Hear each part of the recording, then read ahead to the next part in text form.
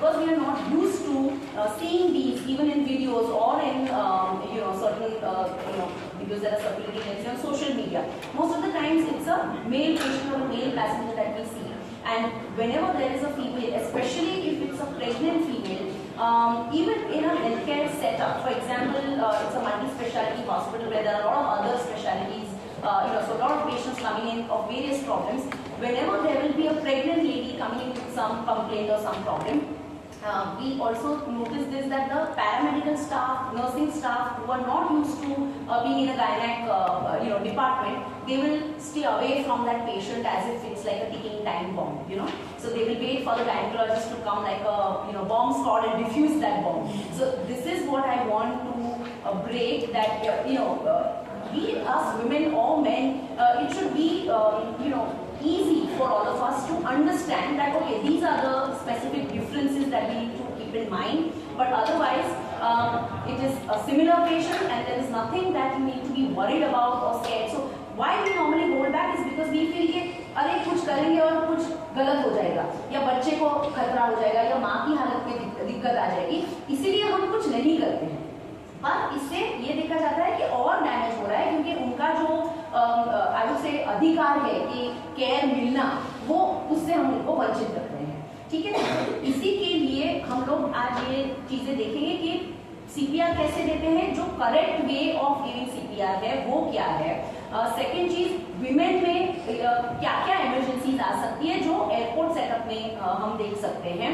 और of course हम लोग पूरी मेडिकल पढ़ाई 5 साल 10 साल की 1 घंटे में नहीं कर सकेंगे, बट हमारे लेवल पे हम क्या कर सकते हैं जिससे कि हम किसी की जान बचा सके, जब तक कि कोई ट्रेन मेडिकल पर्सन वहां पे नहीं आता है। तो just to make ourselves useful and to make a pregnant woman in trouble a little more human concept, then stay away and be worried about what will damage. So let's see कि कौन से प्रकार की emergencies महिला में हम देख सकते हैं। I be switching English with Hindi so that सबको अच्छे से समझ आए। तो ये 2 प्रकार की होती है, ऑब्स्टेट्रिक और गायनेकोलॉजिकल। गायनेकोलॉजिकल मतलब प्रेगनेंसी जो एडवांस नहीं हुई है या बिना प्रेगनेंसी की जो महिलाओं की कंप्लेंट्स या मुश्किलें होती है, उसको हम गायनेकोलॉजी के सेक्शन में डालते हैं नॉर्मली। तो उसमें जो गर्भाशय के अलावा कहीं और पे प्रेगनेंसी शुरू हो गई हो, जिसको हम एक्टोपिक प्रेगनेंसी बोलते हैं, तो कभी कभी एक्टोपिक प्रेगनेंसी एक इमरजेंसी के रूप में आ सकती है। ओवेरियन सिस्ट होता है कि अंडे की थैली में जब छोटी सी पानी की गांठ बन जाती है, वो अगर फट गई, अगेन ट्रैवलिंग के टाइम पे स्ट्रेस की वजह से, मूवमेंट की वजह से कभी कभी जो गांठें होती है वो फटने के चांसेस हो जाते हैं। अगर ये है तो ये गायनेकोलॉजिकल इमरजेंसी में आता है। बाकी की जो ऑब्स्टेट्रिक इमरजेंसीज है, जो कि प्रेगनेंसी और प्रेगनेंसी रिलेटेड कारणों की वजह से आती है, वो हो सकता है प्रेगनेंसी से related. For example, commonest is labour or a woman going into a preterm labor or a full term labor during travel। तो I know कि एयरलाइंस की पॉलिसी होती है कि आप एक फिटनेस टू ट्रैवल सर्टिफिकेट मंगवाते हो, और वो नॉर्मली 32 वीक्स के बाद नहीं मिलती है ट्रैवल की permission. But we all know कि we live in a country where we have lot of exceptions and lot of ways around rules। So what happens is कभी कभी वो इवन एडवांस प्रेगनेंसी में है तभी भी वो सर्टिफिकेट लेके प्रोवाइड कर लेते हैं। There is no way we can assess or control that। But yes, if there is an emergency of that sort, it would lead to labor। इसके अलावा ब्लीडिंग या वजाइना से ब्लीडिंग शुरू हो जाना, पेट में दर्द होना, लीकिंग या तो बच्चे के आसपास जो पानी है वो निकलना शुरू हो जाना, प्रोलैप्स्ड कॉर्ड या जो नाल है या जो प्लेसेंटा का कॉर्ड है वो कभी कभी लेबर के पहले बाहर आ जाता है, जो कि बहुत बड़ी इमरजेंसी हो जाती है और बच्चे की जान को बहुत खतरा हो जाता है। दूसरा, ये सब चीजों में नॉर्मली हमारी जो रिस्पॉन्सेज है वो पिक्चरों में देख के बनती है ना, कि वो सब अंग्रेजी और हिंदी पिक्चरों में भी आजकल ऐसे माय वाटर्स हैव ब्रोकन, तो फिर सब लोग ऐसे भगदड़ मच जाती है और कहीं पे ऐसे कोई एम्बुलेंस आ जाती है, फिर उसको हॉस्पिटल पहुंचाते हैं। और दूसरे ही सीन में हम देखते हैं कि उसके पास बेबी है और हीरोइन का मेकअप भी अच्छा हो, but actually that doesn't really happen, right. So we want to know कि एग्जैक्टली क्या होता है और आप कैसे उसको हेल्प कर सकते हो। फिर कुछ मेडिकल कंडीशंस होती है जो प्रेगनेंसी में आ सकती है, जैसे कि सीजर्स या झटके आना। फिर कार्डियक अरेस्ट, कार्डियक अरेस्ट को मैंने इसीलिए हाईलाइट किया है क्योंकि इसके बारे में प्रेग्नेंट लेडीज को कार्डियक अरेस्ट जब होता है तो वो थोड़ी अलग प्रकार की समस्या, और इसके बारे में इंडियन कंटेक्स्ट में ज्यादा डेटा भी नहीं है। So we understand that women's health is not a very big sad. दूसरा है एलर्जी, कोई चीज़ की एलर्जी, कुछ खाना वगैरह ले लिया उसकी एलर्जी हो गई। एस्थमा वाले पेशेंट है उनको सांस लेने में दिक्कत हो रही है। कुछ सर्जिकल कंडीशंस जैसे प्रेगनेंसी में अगर अपेंडिक्स है और वो फट गया, या किडनी में स्टोन्स है और उसकी वजह से पेन है, तो ये सारे प्रॉब्लम्स उस महिला को हो सकते हैं। अब हमारा तो ये काम नहीं है कि हम वहाँ एक्सरे सोनोग्राफी करके डायग्नोसिस दें, बट बेसिक हम क्या कर सकते हैं। ओके, सो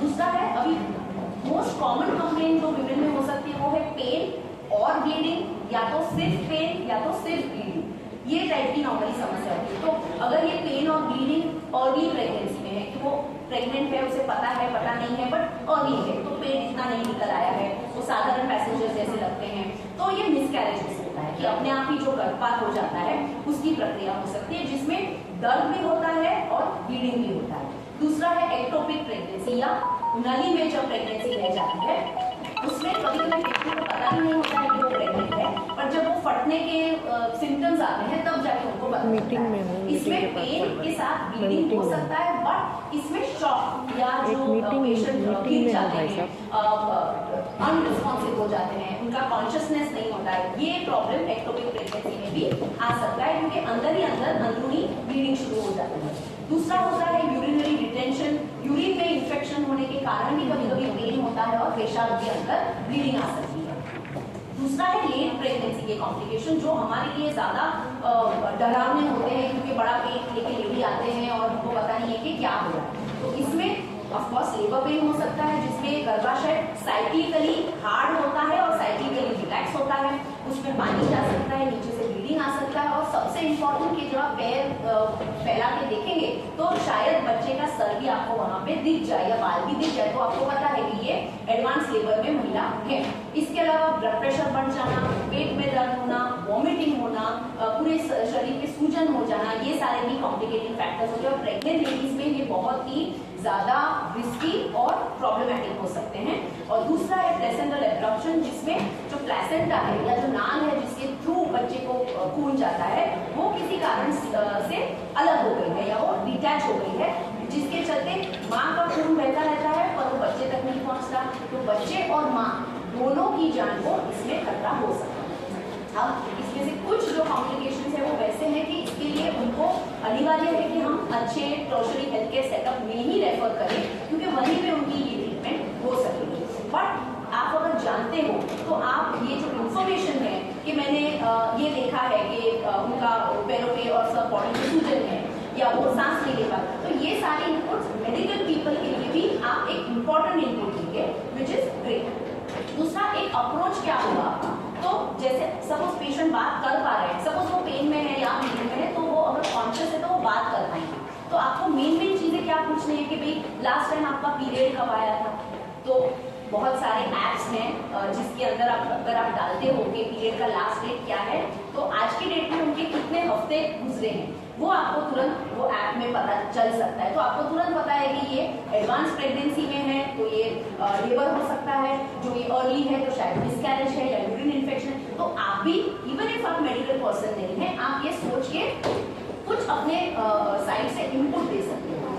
इसके अलावा उनको कोई जो मेडिकल कंडीशन है, सपोज वो एस्थमेटिक है या हाइपरटेंसिव या ब्लड प्रेशर के मरीज हैं, शुगर के मरीज हैं, तो आप उनको पूछ सकते हैं आपने लास्ट आपकी दवाई ली थी कि नहीं। कभी कभी ट्रैवलिंग के टाइम पे रह जाता है, दवाइयाँ नहीं है, तो सपोज वो हाइपरटेंसिव है और वो दवाई नहीं ली है, तो आप तुरंत वो दवाई लाके उनको दिखा सकते हो और वो प्रॉब्लम को एडे कर सकते हो। So medication taken, not taken, missed, कोई गलत मेडिसिन ले ली है तो इसके बारे में आपको थोड़ी जानकारी आ जाएगी। इसके अलावा करंटली उनका मेन प्रॉब्लम क्या है, पेन ज्यादा है, ब्लीडिंग से वो परेशान है या पानी आ रहा है, वो एक आप असेसमेंट कर सकते हो।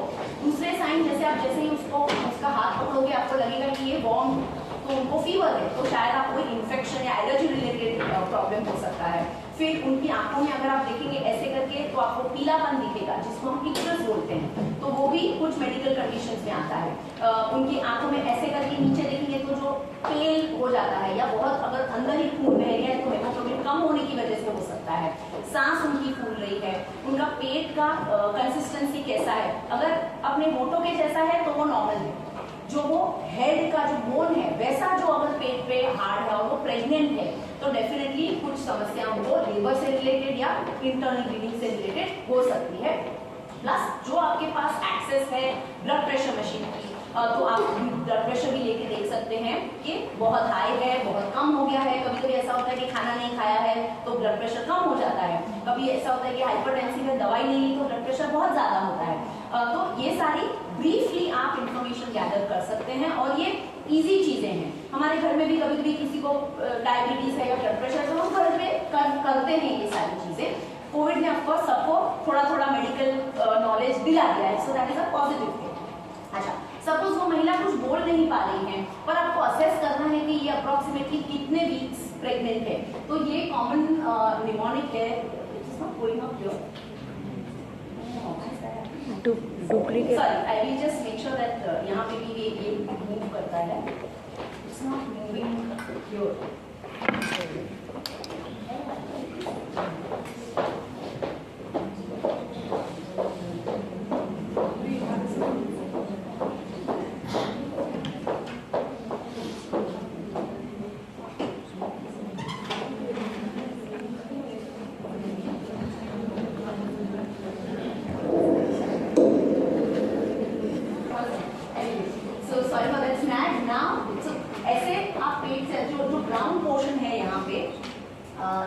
ये नाभि है, जो ये नाभि के नीचे है तो ये नॉर्मली 22 हफ्ते से कम है, मतलब जस्ट अबाउट 5 महीने के आसपास का प्रेगनेंसी है।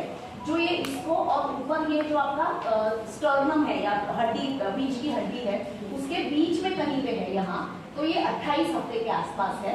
जो ये बहुत पास है ऊपर स्टर्नम के, तो ये 36 हफ्ते या ऑलमोस्ट फुल टर्म प्रेगनेंसी आप बोल सकते हैं। और उसके ऊपर जब हो जाता है तो वो 38 वीक्स या फुल टर्म या टर्म प्रेगनेंसी आप इसको बोल सकते हो। तो इस प्रकार से इवन पेट के जो लेवल्स हैं वो देख के भी आप थोड़ा बहुत, ये एक्यूरेट नहीं है पर इमरजेंसी सिचुएशन में आप एक अनुमान जरूर इससे लगा सकते हो। अगर आप चाहोगे इसकी फोटो भी ले सकते हो या आपको ऑनलाइन भी फोटोज मिल जाएगी, सो दैट यू नो कि कितने हफ्ते की प्रेगनेंसी हो सकती है। ऑलराइट, सो इमरजेंसी मैनेजमेंट में नॉर्मली व्हाट वी डू कि we call for medical help, we try to get, this is a summary of हम क्या क्या कर सकते हैं। we try to get a history, we try to document कि उनका let's say उनका ब्लड ग्रुप या कुछ आपको अगर पता चलता है तो वो मेडिकल पर्सनल के लिए इम्पोर्टेंट है।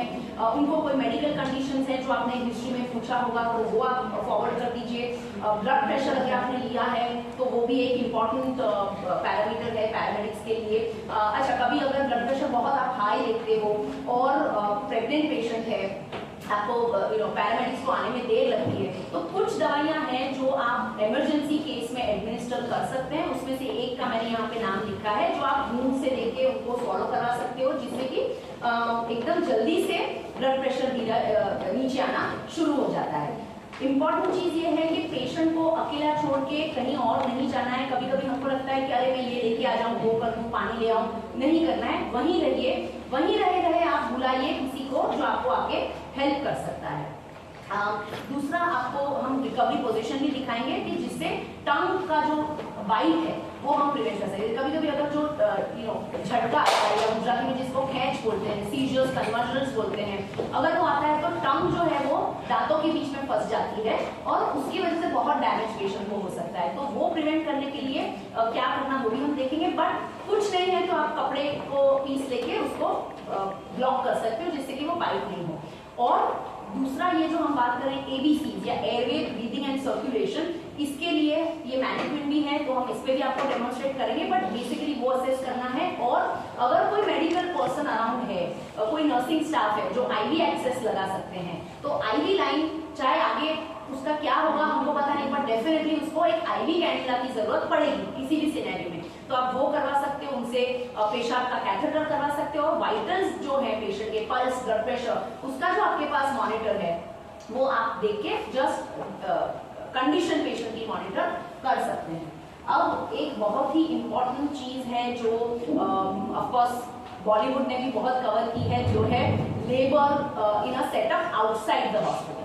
तो आप अभी हॉस्पिटल में नहीं हो, रास्ते पे हो, XYZ, या आप एयरपोर्ट पे हो और कोई पेशेंट आता है कि जो लेबर में चला जाता है या जिसकी चाइल्ड बर्थ की प्रक्रिया शुरू हो जाती है, तो हम क्या करते हैं, सेम चीजें हमको करनी है जो किसी और इमरजेंसी में करते हैं, कि एक तो किसी को आजू बाजू के इंसानों को आप हेल्प के लिए बुला सकते हो। सपोज आप CISF में है या आप एयरपोर्ट ग्राउंड स्टाफ पे है, तो आपकी एक सेट अगर ड्यूटी का शेड्यूल है जिसमें आप 4 या 5 लेडीज नॉर्मली साथ में ड्यूटी पे आते हैं, तो इम्पोर्टेंट आप ये भी कर सकते हो कि हर एक का एक रोल पहले से आप डिसाइड कर सकते हो कि भाई सपोज ये आता है तो मैं पेशेंट को के साथ रहूंगी, तुम जाके ये ले आना। तो क्या होता है कि इमरजेंसी सिचुएशन में आपको चिल्ला चिल्ली करके कंफ्यूजन के बीच में वो रोल्स डेजिग्नेट नहीं करने पड़ते।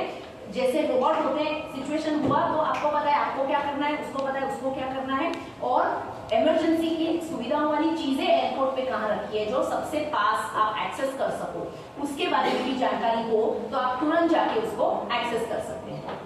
सो get someone to help you, ये फर्स्ट है। दूसरा, जो वो टैबलेट पे या इधर उधर कहीं टॉयलेट में गिर पड़े हैं या पेन में वहीं लेट गए हैं, तो सबसे पहले उनको एक साफ सुथरी जगह पे हमको शिफ्ट करना है। फिर पैर को खोल के देखना है कि अगर आपको वहां पे बच्चे का सर दिखता है, तो अगर आप बच्चे का सर देख सक रहे हैं तो वो फुल फ्लैश लेबर में है, तो उसकी प्रक्रिया फिर डिलीवरी की तरफ जाएगी। पर जो सर बेबी का नहीं दिख रहा है, उसको सिर्फ पेन शुरू हुए हैं या थोड़ा बहुत ब्लीडिंग हो रहा है, तो आप उसको लेफ्ट साइड टर्न करके रेस्ट करने के लिए बोल सकते हैं। उनको बोलना जरूरी है कि आपको पुश नहीं करना है। नॉर्मली हमारे माइंड में ये प्रोग्रामिंग होता है, इवन पेशेंट्स के और हमारे भी, कि डिलीवरी आई है धक्का दो, पर ये हर बार सही नहीं है, क्योंकि जब नीचे से जगह बंद है और हम धक्का देने बोलेंगे तो बच्चा का सर वहां इम्पैक्ट हो जाता है और उसको और पीड़ा और प्रॉब्लम शुरू हो जाएगी और ओपनिंग का जो प्रोसेस है वो और फास्ट हो जाएगा। हमको क्या करना है, उसको स्लो करना है। तो उनको लेफ्ट साइड पे लिटा दो। अगर वो कॉन्शियस है तो आप थोड़ा उनको पानी सिप से दे सकते हो, और कुछ खाना या फिजी ड्रिंक्स या कोक, पेप्सी, सोडा वो नहीं देना है। सादा पानी आप उनको थोड़ा सिप से दे सकते हैं। एकदम ही पूरी बॉटल पी जाए वो भी नहीं करना है, थोड़ा थोड़ा आप उनको पानी देके एक साइड लिटा सकते हैं। अगर आपको हेड दिख रहा है तो फिर उनको अपने बैक पे ही लाई करने के लिए आप बता सकते हैं, और पैरों को थोड़ा सा खुला रख के आप वहां पे लिटा सकते हैं, जिससे कि बेबी को आने में थोड़ी आसानी हो जाएगी। दूसरा, अगर ग्लव्स अवेलेबल है तो आप ग्लव्स मंगवा के, ये सब जब चल रहा है तब आपको ग्लव्स पहन लेने हैं, क्योंकि आपको इन्फेक्शन उनको देना भी नहीं है और आपको लेना भी नहीं है। तो वो ग्लव्स पहना, आजकल तो सैनिटाइजर्स हर एक जगह पे होते हैं अवेलेबल। अगर आप हाथ धो नहीं सकते हैं तो सैनिटाइजर लगा के आप ग्लव्स पहन के वल्वा के पास या जो ओपनिंग है उसके पास आपका हाथ रख सकते हैं। ये इसीलिए इम्पोर्टेंट है क्योंकि जब औरत को कॉन्ट्रैक्शन या पेन आता है तो वो धक्के से बेबी को बाहर निकालता है। अब जो प्रेशर बहुत फास्ट है और आप उसको बाहर से कंट्रोल नहीं करते हो, तो हेड अगर बहुत फास्ट आता है तो नीचे की जो जगह है वो फट सकती है, डैमेज हो सकती है। इसीलिए जब प्रेशर से बेबी नीचे आ रहा है तो उसको हमको सिर्फ थोड़ा सा काउंटर प्रेशर देना है, जिससे कि वो बहुत जल्दी बाहर एग्जिट नहीं करे। ये एक इम्पॉर्टेंट चीज है। दूसरा, जब उनको पेन नहीं आ रहा है, पेन मतलब जब गर्भाशय कड़क हो जाता है अपने सर माथे जितना, तो वो कॉन्ट्रैक्शन है। जब उनको कॉन्ट्रैक्शन आ रहा है तब उनको, और बच्चे का सर नीचे दिख रहा है, तब आप उनको बोल सकते हो पुश, मतलब कि आप नीचे की ओर प्रेशर करें, धक्का दें। पर जब वो पेन चला जाता है या यूट्रस रिलैक्स हो जाता है, तब आपको उनको बोलना है आप लंबी सांसें लें, क्योंकि बहुत धक्का देने से वो पहले ही थक जाएंगे, वो धक्का नहीं दे पाएंगे तो भी बच्चा अटक जाएगा, राइट। और उसके भी इम्पोर्टेंट ये है कि आप उनको काम रख लो, शांति रखने के लिए बोल दो। अगर आप अच्छे से और कॉन्फिडेंटली ये सारी चीजें कर रहे हैं तो बिलीव मी, आपको उनको शांत रहने की जरूरत नहीं पड़ेगी, वो अपने आप ही रिलैक्स हो जाएंगे। उनको लगेगा कि नहीं कोई है जो मुझे संभाल लेगा, तो वो अपने आप उनका जो टेंशन और एंजाइटी है वो थोड़ा सा कम हो जाएगा। सो बी दैट पर्सन कि जो सामने वाले में कॉन्फिडेंस पैदा कर सकते हैं, अगर आप ये जानते हैं। दूसरा, जब बेबी डिलीवर हो रहा है तो किसी और एक पर्सन को साथ में रख लीजिए, एक साफ सुथरा कपड़ा जो भी अवेलेबल हो वो लेके। बेबी जैसे आएगा तो वो स्लिपरी होता है, इजीली हाथ से सटक सकता है, तो ये माइंड में रखना है कि आपकी जो ग्रिप है वो बहुत ज्यादा टाइट नहीं होनी है, बट बहुत लूज भी अगर ग्रिप है तो आप बेबी को गिरा सकते हो। जैसे ही बेबी आता है, आप जो नाल है या कॉर्ड है उसको आप क्लैम्प कर सकते हो। अगर आपके पास इमरजेंसी लेबर डिलीवरी की किट्स है तो उसमें स्टेराइल धागा आता है, या तो फिर प्लास्टिक के कॉर्ड क्लैम्प्स आते हैं। कॉर्ड क्लैम्प्स लगा के बच्चे की तरफ आप ब्लड को प्रेस कर सकते हो, जिससे कि माँ का जो खून है वो ज्यादा से ज्यादा बेबी को मिले।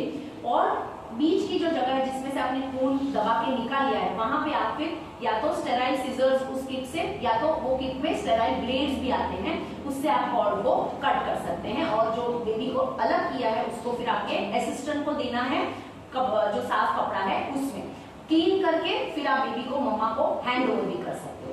पर उसके पहले दूसरा जो हमको करना है वो ये है कि बेबी तो आ गया, कॉर्ड कट कर लिया, अब जो प्लेसेंटा है या नाल है वो बेबी के अंदर है, तो आपको उसको छोड़ नहीं देना है, एक हाथ से उसको पकड़े रखना है। लेडी का जो पेट का भाग है, जो आपको गर्भाशय का पार्ट फील होगा, उस पर थोड़ा सा प्रेशर देना है या उस पर ऐसे पोले हाथ से मसाज देना है, जिससे कि गर्भाशय संकुचित होगा या कॉन्ट्रैक्ट होगा। इसके साथ साथ ही आपको थोड़ा सा जेंटल ट्रैक्शन देना है या कॉर्ड को खींचना है, जिससे कि वो सेपरेट हो सकेगा गर्भाशय की दीवार से, वॉल से, और फिर उसको धीरे धीरे से आपको निकाल देना है।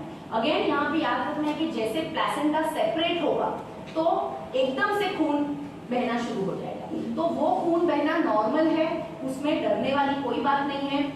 नॉर्मली हम लोग क्योंकि रूटीनली खून से परिचित नहीं होते, थोड़ा भी देखते हैं, कुछ लोग फेंट हो जाते हैं, तो जो लोग ये नहीं कर सकते उनको ये वाला जो ड्यूटी है वो एलोकेट नहीं करना है, कि जो स्ट्रॉन्गली ब्लड देख सकते हैं और स्टेबल रह सकते हैं, उन्होंने ही ये प्लेसेंटा का जो पार्ट है या बेबी डिलीवर करने का पार्ट है वो हैंडल करना है। प्लेसेंटा को भी आप एक साफ वेसल में रख के उसको एग्जामिन कर सकते हैं कि उसके जो सारे पार्ट्स हैं वो प्रॉपरली बाहर आ रहे हैं, कुछ चीजें अंदर छूट नहीं गई है। ये जैसे हो जाता है तो थोड़े देर ब्लीडिंग जैसा निकलेगा, उसके बाद खून थोड़ा स्लो हो जाना चाहिए, और उस समय हमको चांस मिलता है कि साफ कपड़े या गॉस से हम क्लीन करके देखें कि कोई वहां पे कट है या कुछ फटा हुआ दिख रहा है या कुछ ब्लीडिंग अगर चल रहा है, तो उस पर हमको प्रेशर दे के रखना है जब तक कि इमरजेंसी सर्विसेज नहीं आ जाते हैं।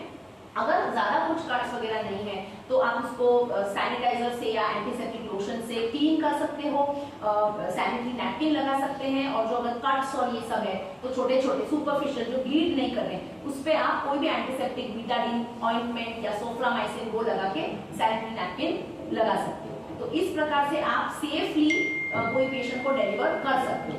अब एक और इम्पोर्टेंट चीज, लेट्स से कि कुछ प्रॉब्लम की वजह से गर्भाशय अच्छे से संकुचित नहीं हो पा रहा है और जो ब्लीडिंग है वो आप देख रहे होंगे थोड़ा ज्यादा बह रहा है, उस केस में यहाँ पे मैंने एक टैबलेट का नाम मेंशन किया है, इसको बोलते हैं टैब मिसोप्रोस्टॉल। ये टैबलेट के 600 या 800 के भी डायरेक्ट टैबलेट्स आते हैं, या तो कॉमनली जो अवेलेबल होते हैं वो 200 माइक्रोग्राम के टैबलेट मिलते हैं।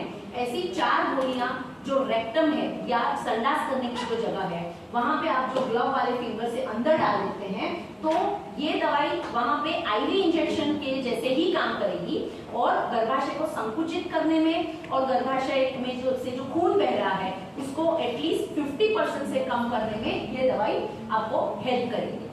इसके अलावा कुछ और भी मेडिसिन हैं जिनका मैंने आगे जिक्र किया है, और ये मेडिसिन के बारे में भी जो आपको जानकारी है तो इमीडिएट केयर के तौर पे ये अगर आपकी किट में है तो आप उसको एडमिनिस्टर कर सकते हैं। Coming to the baby care, तो जिस एक पर्सन ने बेबी लिया है आप लेडी को हैंडल कर रहे हैं, तो जिसने बेबी लिया है उसको क्या करना है, तो उसको मेक श्योर कि बेबी बर्थ के बाद रोता है। ये हम सब जानते हैं कि इधर दुनिया में आते ही रोना पड़ता है ना, तो मेक श्योर कि उसने रोया है या मुंह खोल के ब्रेथ लिया है। दूसरा, उसके मुंह में जो आपको दिखता है कि कुछ सिक्रीशंस है या कुछ स्त्राव है, तो उसको आप एक साफ उंगली से मुंह में डाल के निकाल सकते हैं। अगर आपके पास सक्शन का जो बलून आता है, अगर वो है तो आप नाक में से भी वो बलून डाल के सक्शन करके जो सिक्रीशंस है वो निकाल सकते हैं। आपको उन बेबी को साफ कर देना है ऊपर से पोंछ के, और उसका सांस कैसा चल रहा है, उसका कलर पिंक होना चाहिए या रेडिश होना चाहिए। जो पेल है या ब्लूइश है, रोता नहीं है, तो आपको तुरंत पता है कि ये बेबी थोड़ा क्रिटिकल है और इसको शायद नवजात शिशु के जो डॉक्टर है उनकी सेवाओं की जरूरत पड़ेगी। तो आप उस प्रकार से हेल्थ को भी इंटीमेट कर सकते हैं कि सादे डॉक्टर्स नहीं, पर नवजात शिशु वाला कोई अगर एम्बुलेंस आ सके तो इसके लिए ज्यादा वो बेटर होगा। फिर उसका टोन, मतलब वो एकदम ऐसा नहीं, टाइट होना चाहिए बेबी, ऐसे पीना चाहिए, तो वो नॉर्मल न्यूबॉर्न बेबी होता है। दूसरा, अगर ये नॉर्मल न्यूबॉर्न है, उसका टोन, कलर, ब्रीदिंग सब नॉर्मली स्पॉन्टेनियसली हो रहा है, तो आप बेबी को मम्मा के चेस्ट पे भी रख सकते हो अगर मम्मा शांत है और वो टेंशन में नहीं है।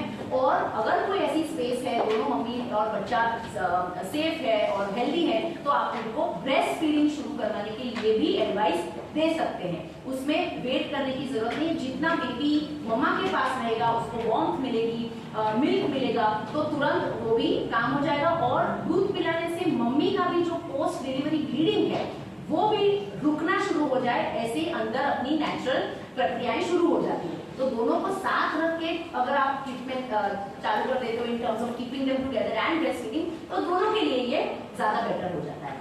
सपोज बेबी ने ठीक से क्राई नहीं किया है, तो वो जैसे कुछ मूवीज में दिखाते हैं ऐसे उल्टा करो और हिलाओ और ये सब नहीं करना है, पर उसको सिर्फ जेंटली बैक, उसका जो पीठ का भाग है उसको धीरे से आपको ड्रॉप करना है।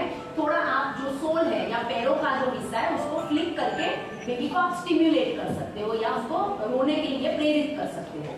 ठीक है, अगर इन सब के बावजूद भी रिस्पॉन्सिवनेस नहीं है तो CPR या कार्डियोपल्मोनरी रिससिटेशन जो आप एडल्ट्स में करते हैं वैसा ही आप बेबी को भी कर सकते हो।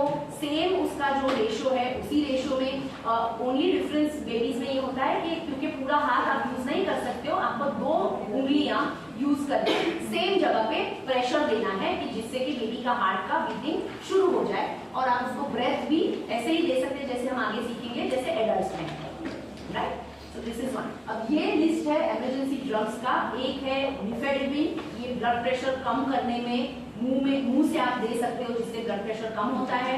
दूसरा है ट्राइनेक्सामिक एसिड, ये कोई भी कारण से जो ब्लीडिंग है तो इस ब्लीडिंग को ये 50% से कम करता है। खून की बहने की जो प्रक्रिया है उसको ये दवाई रोकती है। अगर इसकी 500 मिलीग्राम की टैबलेट है तो आप 2 टैबलेट एट अ टाइम उनको दे सकते हैं। विदिन 15-20 मिनट ब्लीडिंग का कंट्रोल थोड़ा बहुत आ जाएगा। और मिसोप्रोस्टॉल जिसके बारे में हमने बात की, ये नॉर्मली पोस्ट डिलीवरी या पोस्ट मिसकैरेज का जो ब्लीडिंग है उसमें गर्भाशय को संकुचित करने के काम आता है, जिससे कि गर्भाशय जो संकुचित होगा तो अपने आप ब्लीडिंग रुकना शुरू हो जाएगी और ब्लड लॉस आप रिस्ट्रिक्ट कर सकते हैं। ओके, तो अगर आप चाहते हैं तो यहाँ ब्रेक लेके आपके जो कोई क्वेश्चंस हैं वो हम बात कर सकते हैं। Alternatively we finish the entire session and then in the end we discuss whatever queries you have, won't even write it down so we can discuss it towards the end. आगे बढ़े। Alright, now the other important thing that can happen very commonly at airports is cardiac arrest in pregnancy या heart attack, जिसको हम common language में बोलते हैं, वो pregnant lady में हो। अब सरप्राइजिंग फैक्ट ये है कि जब मैं यहाँ के लिए ये लेक्चर सीरीज पुट अप कर रही थी तो अपने यहाँ इसके क्या स्टैटिस्टिक्स हैं, मतलब अपने यहाँ पे कितने प्रेग्नेंट वुमेन को कार्डियक अरेस्ट की वजह से एडमिट करना पड़ता है, इसके कोई प्रॉपर स्टैटिस्टिक्स नहीं थे। So unfortunately we only have US statistics, जो 1 woman in every 12,000 pregnant women suffer from cardiac arrest जब उनको हॉस्पिटल ले जा रहे हैं तब, या हॉस्पिटल के बाहर। जितना इसमें डिले होता है ट्रीटमेंट में या सपोर्टिव केयर में, उतना प्रेग्नेंट महिलाओं के लिए ये ज्यादा रिस्की हो जाता है। तो हम देखते हैं पहले तो कि ये कार्डियक अरेस्ट या जो हम बोलते हैं हार्ट अटैक, तो ये क्या हार्ट अटैक है। So cardiac arrest occurs when the heart stops beating, मतलब हृदय की जो धड़कने की प्रक्रिया है जब वो बंद हो जाती है तो उसको हम कार्डियक अरेस्ट बोलते हैं। अब क्योंकि हार्ट का काम है पूरे शरीर में खून को फैलाना, खून के माध्यम से ऑक्सीजन को फैलाना, और ऑक्सीजन के बिना हम जानते हैं कि हम कोई सर्वाइव नहीं कर सकते। तो सपोज ये ऑक्सीजन जाना बंद हो जाता है तो वो इंसान डेथ के बहुत ही करीब है। ऐसे सिचुएशन में अगर इंसान को डिफिब्रिलेशन का शॉक मिल जाता है तो वो हार्ट को रीस्टार्ट करने में कभी कभी सक्षम हो जाता है। मोस्ट केसेस में उसको थोड़े समय के लिए तो वो बीट करना वापस शुरू करवा ही सकता है। और हर मिनट वो पर्सन जो कार्डियक अरेस्ट में है उसको जो शॉक नहीं मिलता है या इमीडिएट केयर नहीं मिलती है तो उनके सर्वाइवल के चांसेस एवरी मिनट 7 से 10% से कम होते जा रहे हैं। Again this is the main reason why इनके और मौत के बीच में आप लोग में से कोई भी एक हो सकता है, और जो आप ट्रेन हो तो आप उनको उससे बचा सकते हैं। अब प्रेग्नेंट वुमेन में ये ज्यादा इंपॉर्टेंट क्यों है?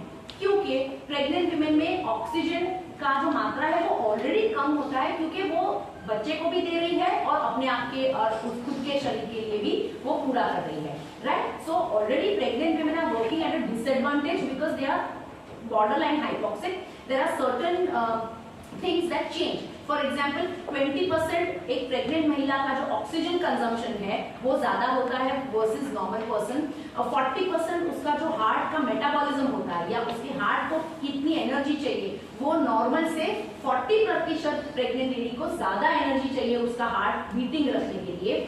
और बच्चे की वजह से ये सारे फिजियोलॉजिकल ऑल्टरेशंस होते हैं क्योंकि उसके हार्ट को दो इंसानों को पंप करते रहना है। So again this is important. दूसरा, जो प्रेगनेंसी में हार्मोन्स होते हैं, प्रोजेस्टेरोन होता है, ईस्ट्रोजन होता है, महिलाओं के जो हार्मोन्स हैं उससे एयर पैसेजेस या जो सांस लेने की जो नलियां हैं, लंग्स के अंदर चेंजेस है, वो एक माँ को हाइपोक्सिया या कम ऑक्सीजन का शिकार ज्यादा इजीली बना सकते हैं compare to a non pregnant person और अ मैन। अब इसमें एक चेन ऑफ सर्वाइवल का कॉन्सेप्ट है, जो जैसे वो कोलैप्स होते हैं तो क्रिटिकल स्टेजेस क्या है कि जिससे आप डिटरमिन कर सकते हैं कि ये इनका सर्वाइवल बेटर होगा कि नहीं। तो इसमें सबसे ऊपर आता है call for early help. Normally हम इतने कंफ्यूज हो जाते हैं, कभी कभी हमारा जैसे इमरजेंसी में टनल विजन हो जाता है तो हम आजू बाजू का कुछ सोच नहीं पाते हैं उस सिचुएशन में। तो calling for help is one of the first things जो आपके दिमाग में इनवॉलंटरी होना चाहिए। दूसरा है अर्ली सीपीआर या जल्द ही इमरजेंसी जो सेवाएं हैं उसकी जान बचाने की शुरू करनी चाहिए। अर्ली डिफिब्रिलेशन या जो शॉक देना है वो हो सके उतना जल्दी देना है। और पोस्ट रिससिटेशन केयर, मतलब जैसे वो सांस लेने लगते हैं वो थोड़ा बेटर फील करते हैं तो उसके बाद क्या केयर देते हैं, ये इसी सीक्वेंस में सारे क्रिटिकल स्टेजेस आते हैं। सो लेट अस सी कि इमरजेंसी रिस्पांस हमारा क्या होना चाहिए। इसके लिए एक निमोनिक है डॉक्टर्स ABCD, तो ये पर सिर्फ डॉक्टर्स के लिए नहीं है, ये सबके लिए है, ठीक है। सो डॉक्टर्स ABCD क्या है कि पहले तो डेंजर असेस करना है। फॉर एग्जाम्पल आपके यहाँ पे एक प्रेग्नेंट महिला टारमैक पे है या आप जो बस सर्विस है उसमें बस से टर्मिनल पे आ रहे हैं, सपोज वो वहां पे कोलैप्स हो जाते हैं, तो क्या हम वहां पे CPR शुरू करेंगे? नहीं। क्यों? क्योंकि हम असेस करते हैं कि आजू बाजू डेंजर है, व्हीकल्स आ रहे हैं जा रहे हैं, तो हम उनको सेफ प्लेस में शिफ्ट करेंगे जहां आप कॉर्डन ऑफ कर सकते हो एरिया, आते जाके आ जाते लोगों से भी उनको कोई डैमेज ना हो। दूसरा आप चीज करोगे, जो भी बाई स्टैंडर्ड्स है, जो भी आजू बाजू है, उनको आप हेल्प के लिए कॉल करेंगे। और अगर आपके यहाँ पे ये सिस्टम है ऑफ कोड ब्लू, तो आप कोड ब्लू का जो बटन है या जो सिस्टम है उसको भी आप एक्टिवेट कर सकते हो। I think this is a very important system if you guys want to put it in place, where एक बटन दबने से you get a notification that there is a code blue और अ इमरजेंसी और a threat to a maternal life. Similarly, of course, there are a lot of other codes, child kidnapping, the orange code, etc. So this would be an important addition. Second thing, what you would do is airway. Airway मतलब हम सांस लेते हैं, इधर से lungs में oxygen जाता है, वो पैसेज अगर क्लियर है या नहीं है वो देखना, वो असेस करना, वो भी इम्पोर्टेंट है। जो वो सांस ले रहे हैं तो हम उनको एक साइड पे, लेफ्ट साइड प्रेफरेबली शिफ्ट कर सकते हैं। दूसरा हमको लेना है कि पैसेज तो खुला है पर क्या वो सांस ले पा रहे हैं, तो हमको एसेस करना है ब्रीदिंग। कैसे करना है? We will come to it. The C stands for the CPR, which is cardiopulmonary resuscitation. इसमें हम हार्ट के अंदर जो बीटिंग बंद हो गया है उसको चालू रखने के लिए मैनूवर्स करते हैं। और ये CPR 30 बार जो हम कंप्रेशन करते हैं उसके बाद 2 बार हमको रेस्क्यू ब्रेथ्स देने हैं, माउथ टू माउथ ब्रीदिंग जिसको बोलते हैं। और जो थर्ड पार्ट है, जो लास्ट पार्ट है, वो है डिफिब्रिलेशन। डिफिब्रिलेशन एक मशीन द्वारा दिया जाता है जिसको हम AED बोलते हैं। वो ऑटोमेटिक मशीन होता है, उसको देख के डरना नहीं है, वो बहुत ही इजी सिंपल मशीन है और वो लेमैन के लिए ही बना है, वो डॉक्टर्स के लिए बना नहीं है, वो हम में से किसी एक के लिए बना है कि जो हम डालें और हमको कमांड से एडवाइस कर सकता है कि आगे क्या करना चाहिए। ओके, अब बेसिक लाइफ सपोर्ट ये जो Australian wild first aid society है उनके हैं। अगेन इसमें सेम स्टेप्स हैं और इसमें लिखा है जो इम्पोर्टेंट पॉइंट्स के, सपोज डेंजर है तो हमने असेस कर लिया, फिर हमने देखा उसको साइड में शिफ्ट किया है। Then we want to check for responsiveness कि भाई ये पेशेंट रिस्पॉन्ड कर रहा है, उसको सीजर आ रहे हैं क्या। सो हमको क्या करना है, उनको जो काउज निमोनिक है काउस का मतलब है पहले कैन यू हियर मी, ये सवाल पूछना है। फिर पूछना है ओपन योर आईज, मतलब आप खोल सकते हैं तो आपकी आंखें खोल लीजिए, या तो आपका नाम क्या है, व्हाट इज योर नेम, या तो फिर अगर वो कुछ नहीं कर पा रहे हैं, बोल नहीं पा रहे हैं, तो आप उनको बोले कि आपका हाथ है जो उसको वो स्क्वीज करे कि वो आपको सुन पा रहे हैं, समझ पा रहे हैं, तो स्क्वीज माय हैंड। अगर वो एक काउज में से एक भी नहीं कर पा रहे हैं, इसका मतलब कि डेफिनेटली ये पेशेंट अनरिस्पॉन्सिव है और आपको तुरंत ही हेल्प के लिए कॉल करना है। So then it will be sending for help. आसपास कोई अगर इमरजेंसी सर्विसेज को या एम्बुलेंस को बुला सके तो वो आपको रिकमेंड करना है कि I have an unresponsive passenger, please call for help. ये आपका एक स्टैंडर्ड स्टेटमेंट आपको रख लेने चाहिए which all of you can understand.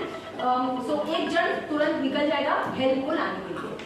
Next would be opening the airway, वो मैं आपको डमी पे सिखाऊंगी, but basically it's a head को ऊपर करके चिन को टिल्ट करना है, लिफ्ट करना है, जिससे कि जो जुबान है वो पीछे की ओर अगर गिर जाती है तो एयरवे बंद हो जाता है, सांस की नली बंद हो जाती है, ऐसा होगा तो वो सांस नहीं ले पाएंगे। तो इसको टिल्ट जब करके रखते हैं तो जुबान सीधी रहती है और जो पैसेज है एयरवे का वो सीधे लाइन में रहता है, जो आपको रिससिटेशन के लिए इम्पोर्टेंट है। उसके बाद हमको ब्रीदिंग के लिए चेक करना है कि सांस चल रही है कि नहीं, तो उसके लिए हम लुक, लिसन एंड फील, तीन चीजें करते हैं। लुक मतलब आंखों से देख के कि चेस्ट अगर ऊपर नीचे हो रही है कि नहीं, लिसन मतलब उनके पास जाके सांस की आवाज आ रही है कि नहीं, और फील मतलब आप हाथ रख के या नाक के पास उंगली रख के एयर अगर आ रही है जा रही है वो आप चेक कर सकते हो। फिर आपको सीपीआर शुरू करना है। सपोज आप देखते हो कि ब्रीदिंग नहीं चालू है तो आपको तुरंत ही सीपीआर शुरू कर देना है। सीपीआर के दो भाग हैं, कंप्रेशन, चेस्ट कंप्रेशन और रेस्क्यू ब्रेथ्स। इनको 30:2 के रेशियो में करना है, मतलब 30 कंप्रेशन और 2 बार रेस्क्यू ब्रेथ्स या ब्रीदिंग। ये भी हम सीखेंगे और डेमोन्स्ट्रेट करेंगे। और मीनवाइल आपने जिसको हेल्प के लिए भेजा है उसने ऑलरेडी एम्बुलेंस को बुलाया है, एमरजेंसी मेडिकल सर्विसेज को बुलाया है, और मोस्ट इम्पोर्टेंटली डिफिब्रिलेटर को लाने के लिए कोई निकल चुका होगा, तो वो जब डिफिब्रिलेटर लाता है तो वो जल्दी से जल्दी आप शॉक दे सकते हैं या डिफिब्रिलेशन दे सकते हैं। ओके, सो ये है स्टेप्स, हमने इसमें समरी कर दिया है। Following action should be simultaneously perform by first responders when a woman is found unresponsive और नॉट ब्रीदिंग प्रॉपर्ली और कोलैप्सेस। ये है कॉल फॉर हेल्प और maternal code group. One person should immediately start high quality CPR if she is not breathing and one person should manage her airway और ventilator. तो अगर आपके पास 2 लोग हैं तो एक जन ब्रीदिंग हैंडल कर सकता है और एक जन जो है वो कंप्रेशन। दूसरा, कीप चेंजिंग द ड्यूटीज, क्योंकि कंप्रेशन देने में बहुत एनर्जी जाती है। आप लेट्स से आधा घंटा लगता है ईएमएस को आने में, आप उतने तक नहीं कर सकोगे, तो हर 2 मिनट में 5-5 जो साइकिल्स कंप्लीट करके आपको स्विच करते रहना है। दूसरा, one person should manage the airway and pregnant women में ये जो चेंज है रूटीन सीपीआर से वो ये है कि इनमें लेफ्ट साइड यूट्रस को डिस्प्लेस करना जरूरी है। हम यहाँ पे देख रहे हैं क्यों, जैसे आप देख रहे हैं ये एब्डोमेन दिखा रहे हैं हम ऐसे क्रॉस सेक्शन में, ये बेबी है और ये जो है बीच में दिख रहा है ये हमारा एओर्टा और आईवीसी है, जो सबसे बड़ी खून ले जाने लाने वाली जो वेसल्स है या ब्लड वेसल्स है। आप देख रहे हैं कि बेबी डायरेक्टली उसके ऊपर प्रेशर कर रहा है। अब आप जब ऐसे ही रख के सीपीआर देते हैं तो हार्ट बीट करेगा, पर उसके लिए खून भी तो आना चाहिए ना हार्ट तक, तो वो खून नहीं आ पाएगा, जिसकी वजह से आपका सीपीआर इनइफेक्टिव होगा। सो हमको क्या करना है, एक पर्सन को गर्भाशय को लेफ्ट की तरफ शिफ्ट करना है। लेफ्ट की तरफ शिफ्ट करेंगे तो तुरंत जो वेसल्स है उनका डायमीटर बढ़ जाएगा, वो आसानी से खून को ला सकेंगे और ले जा सकेंगे, और फिर आपको सीपीआर शुरू करना है। उसको टिल्ट करते ही करके रखना है और सीपीआर करना है। This is the important step when pregnant woman comes. इसके अलावा CPR is the same for a man, woman, everybody. Just this left lateral uterine tilt, ये हमको याद रखना है. Okay. Next is so CPR for pregnant women, इसमें describe किया है lay her on her back, मतलब उनको सीधा सुलाना है। अच्छा, उनके नीचे कोई पिलोज, कुशन्स, गद्दा ये नहीं रखना है। फ्लैट या तो जमीन पे मेबी आप एक चादर डाल सकते हो या तो टेबल पे ऐसे रख के सीपीआर करना है। दूसरा, compress the centre of the chest. Perform compression, जो आप कंप्रेशन देते हो उसका रेट होना चाहिए 100 से 120 बीट्स पर मिनट। अब कभी कभी ये गिनने में दिक्कत होती है, स्पेशली इमरजेंसी सिचुएशन में, कि ये बराबर रेट पे जा रहा है कि नहीं। तो इसके लिए एक सोल्यूशन जो है वो ये है कि कुछ गाने होते हैं जो बहुत पॉपुलर होते हैं, उनमें से एक है स्टेइंग अलाइव करके इंग्लिश सॉन्ग है। वो उसके जो बीट्स हैं, अगर आप वो फॉलो करते हो तो आप 100 और 120 के बीच में रह पाओगे। तो ये एक important you can say trick है कि आप करेक्ट रेट पे कंप्रेशन दे रहे हो। 30 कंप्रेशन जैसे ही कंप्लीट होते हैं तो हमको 2 रेस्क्यू ब्रेथ्स देने हैं और ब्रेथ देने के बाद तुरंत ही दोबारा कंप्रेशन शुरू कर देना है। ये सीक्वेंस कब तक करते रहना है? जब तक या तो वो लेडी रिस्पॉन्सिव हो जाती है, सांस लेना शुरू कर देती है, या एडी या डिफिब्रिलेशन मशीन आ जाता है, या इमरजेंसी मेडिकल स्टाफ अवेलेबल हो जाता है। आपके हाथ बदलते रहना है क्योंकि जैसे हमने देखा इससे आप थक सकते हो। ठीक है, अब सीपीआर का ये गाइड है, सीपीआर कैसे देते हैं 30 मिनट्स जो हमने अभी बात की उसकी इसमें समरी है। और ये जो है ये रिकवरी पोजीशन है। सो डिफिब्रिलेटर के बाद जो उनकी सांसें शुरू हो जाती है, जो धड़कन शुरू हो जाती है, तो फिर उनको वहीं रख के चलो सांस शुरू हो गई, बाय बाय, नहीं, आपको उनको एक साइड पे ऐसे रेस्क्यू पोजीशन में डालना है जिससे कि उनकी सांसें चलती रहती है, यूट्रस पे और बेबी पे लोड नहीं आता है और पूरा एयरवे भी उनका इससे ओपन रहता है। ओके, एयरवे को जैसे हमने बोला हेड टिल टंग इससे लिफ्ट ऑफ हो जाती है ताकि वो पीछे गिर के एयरवे को ऑब्स्ट्रक्ट नहीं करेगी और उसको हम ऐसे वेरियस मैनूवर से ऊपर ले सकते हैं।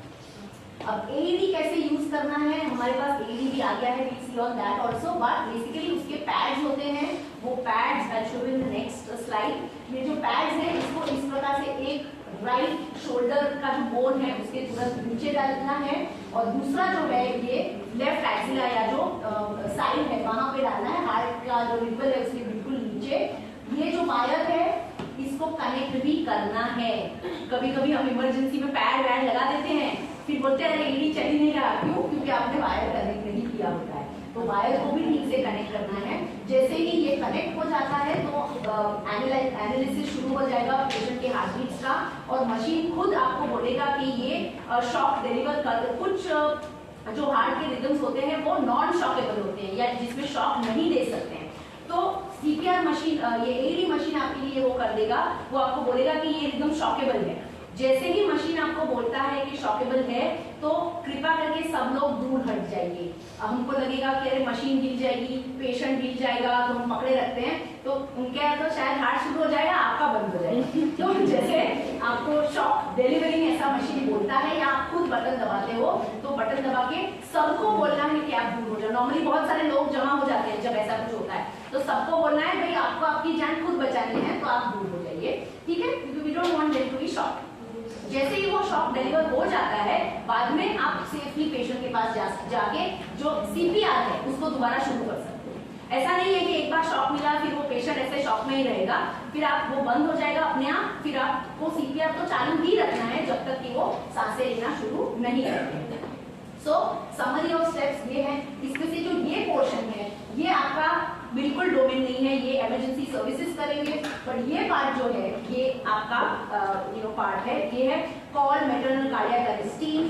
कार्डियक अरेस्टीन्स में नॉर्मली एक गायनेकोलॉजिस्ट होते हैं, एनेस्थेटिस्ट होते हैं, बच्चे या नवजात शिशु के डॉक्टर होते हैं, जो मोबाइल एकोकार्डियोग्राफी कर सकते हैं, ऐसे यूनिट्स होते हैं और ये सब मिलके एक कार्डियक अरेस्टीन या कार्डियोलॉजिस्ट के साथ ये आते हैं, तब वो मैटरनल कार्डियक अरेस्टीन कहलाते हैं।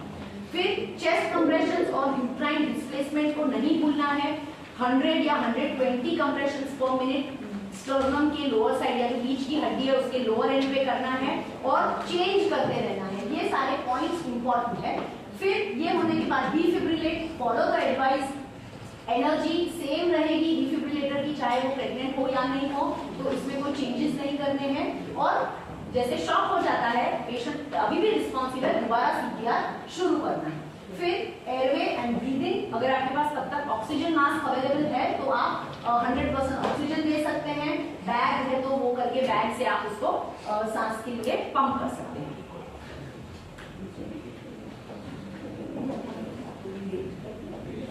Okay, so anyway, the talk has come to an end. अभी हमारे ये सारे डेमोन्स्ट्रेशंस बाकी हैं। हम लोग डेंजर कैसे असेस करते हैं, रिस्पॉन्स कैसे देखते हैं, हेल्प कैसे बुला रहे हैं, क्या एक एक स्टेप में करेंगे और फिर एक साथ उसको एक्टिवेट करेंगे। क्योंकि हमारा टॉक खत्म हुआ है, अगर आप क्विकली आपका पोस्ट टेस्ट पेपर कर लेते हैं